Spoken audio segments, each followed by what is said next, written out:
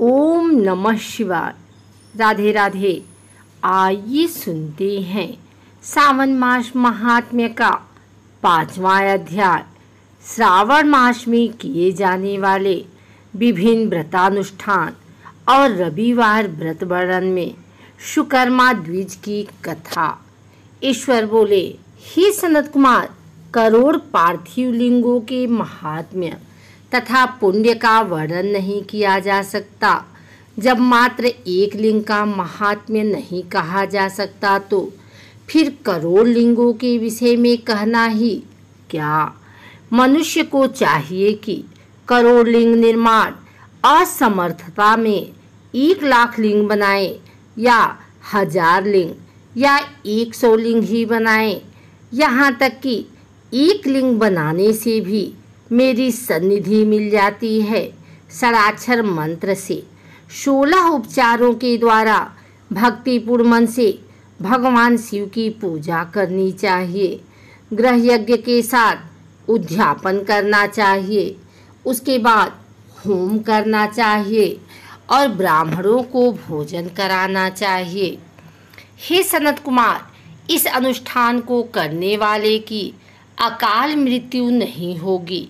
यह व्रत बाझपन को दूर करने वाला, सभी विपत्तियों का नाश करने वाला तथा सभी संपत्तियों की वृद्धि करने वाला है।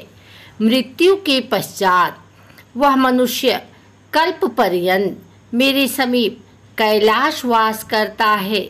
जो मनुष्य श्रावण मास में पंचामृत से शिव जी का अभिषेक करता है, वह सदा पंचामृत का पान करने वाला, गोधन से संपन्न, अत्यंत मधुर भाषण करने वाला तथा त्रिपुर के शत्रु भगवान शिव को प्रिय होता है। जो इस मास में अनुदान व्रत करने वाला तथा हविष्यान ग्रहण करने वाला होता है, वह व्रीहि आदि सभी प्रकार के धान्यों का अच्छे निधि स्वरूप हो जाता है। पत्तल पर भोजन करने वाला श्रेष्ठ मनुष्य सुवर्ण पात्र में भोजन करने वाला तथा शाक को त्याग करने से शाक कर्ता हो जाता है। श्रावण मास में केवल भूमि पर सोने वाला कैलाश में निवास प्राप्त करता है।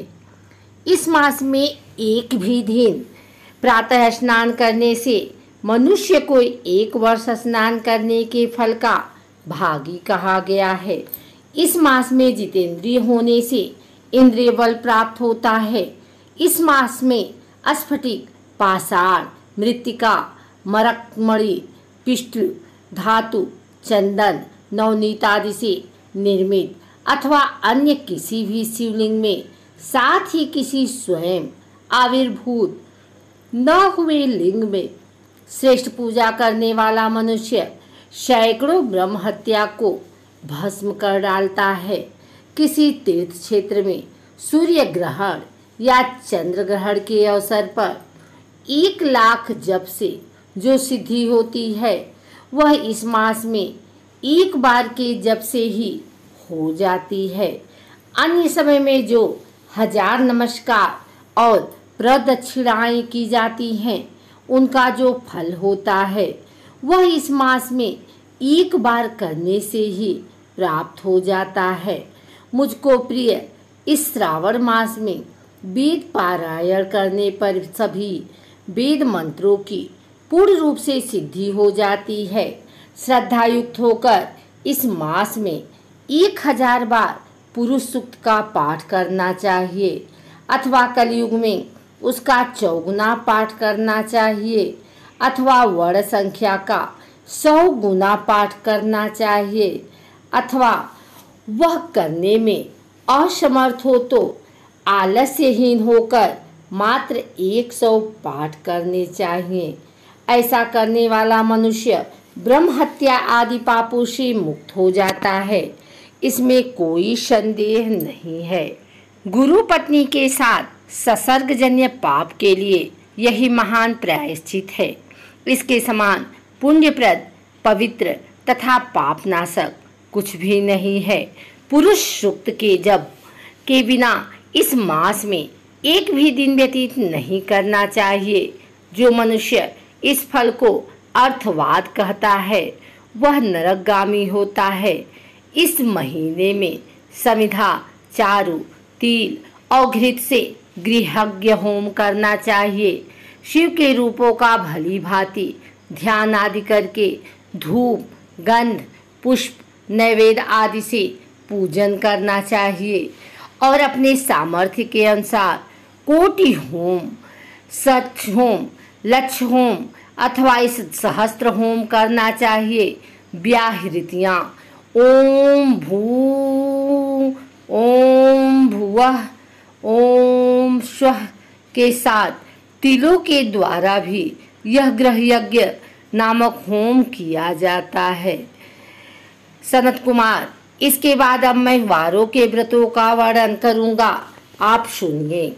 हे अनग, उनमें सर्वप्रथम मैं आपको रविवार का व्रत बताऊंगा। इस संबंध में लोग एक प्राचीन इतिहास को कहते हैं।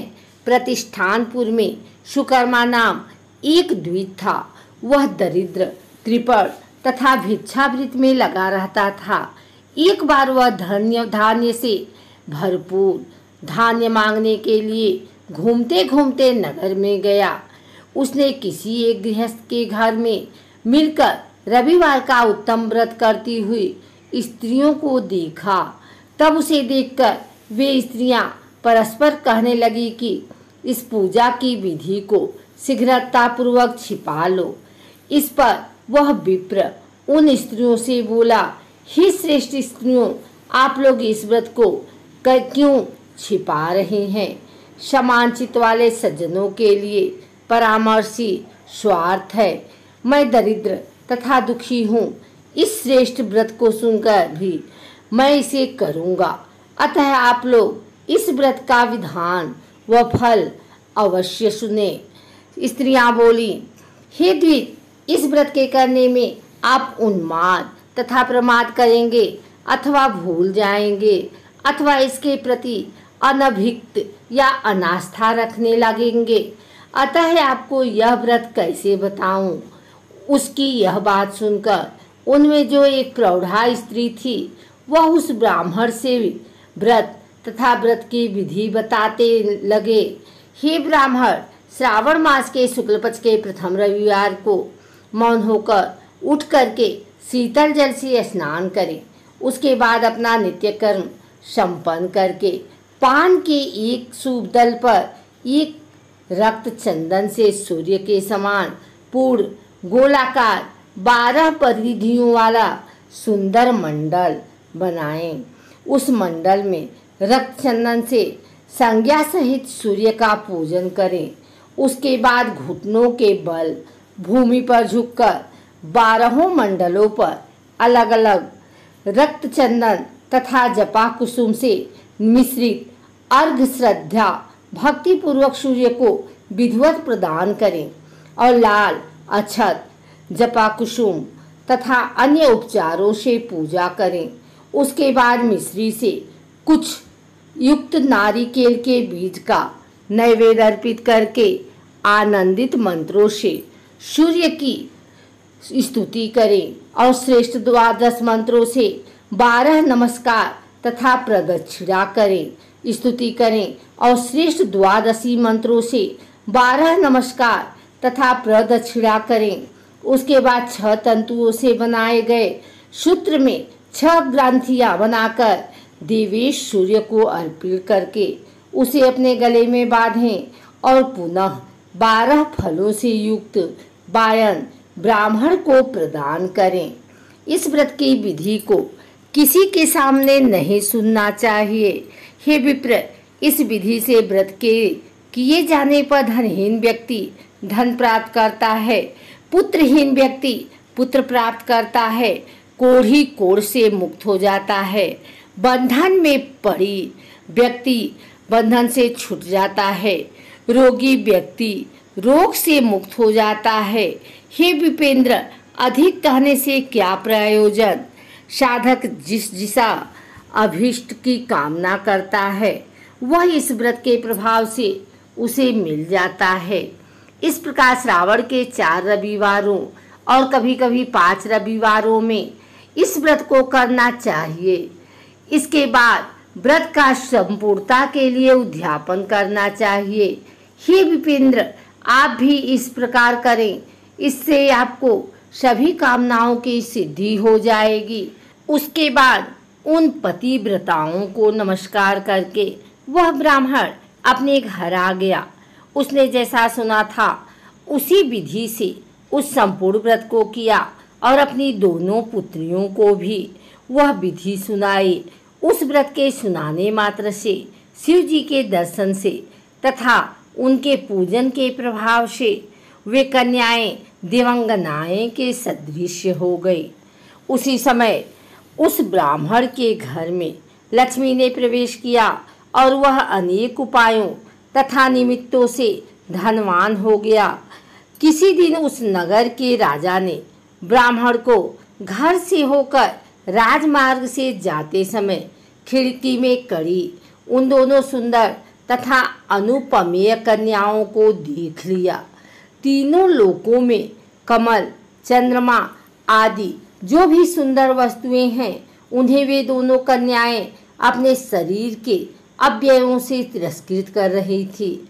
उन्हें देखकर राजा मोहित हो गए और क्षण भर के लिए वहां खड़े हो गए। ब्राह्मण को शीघ्र बुलाकर उन्होंने दोनों कन्याओं को मांग लिया। तब उस ब्राह्मण ने भी हर्षित होकर दोनों कन्याओं को राजा को प्रदान कर दी। उस राजा के पति रूप में प्राप्त करके वे कन्याएं भी प्रसन्न हो गई। वे स्वयं इस व्रत को करने लगी और पुत्र पौत्र आदि से संपन्न हो गई। हे मुनि, महान ऐश्वर्य देने वाले इस व्रत को मैंने आपसे कह दिया है। विधि नंदन, जिस व्रत के श्रावण मात्र से मनुष्य सभी मनोर्थों को प्राप्त करते लेता है,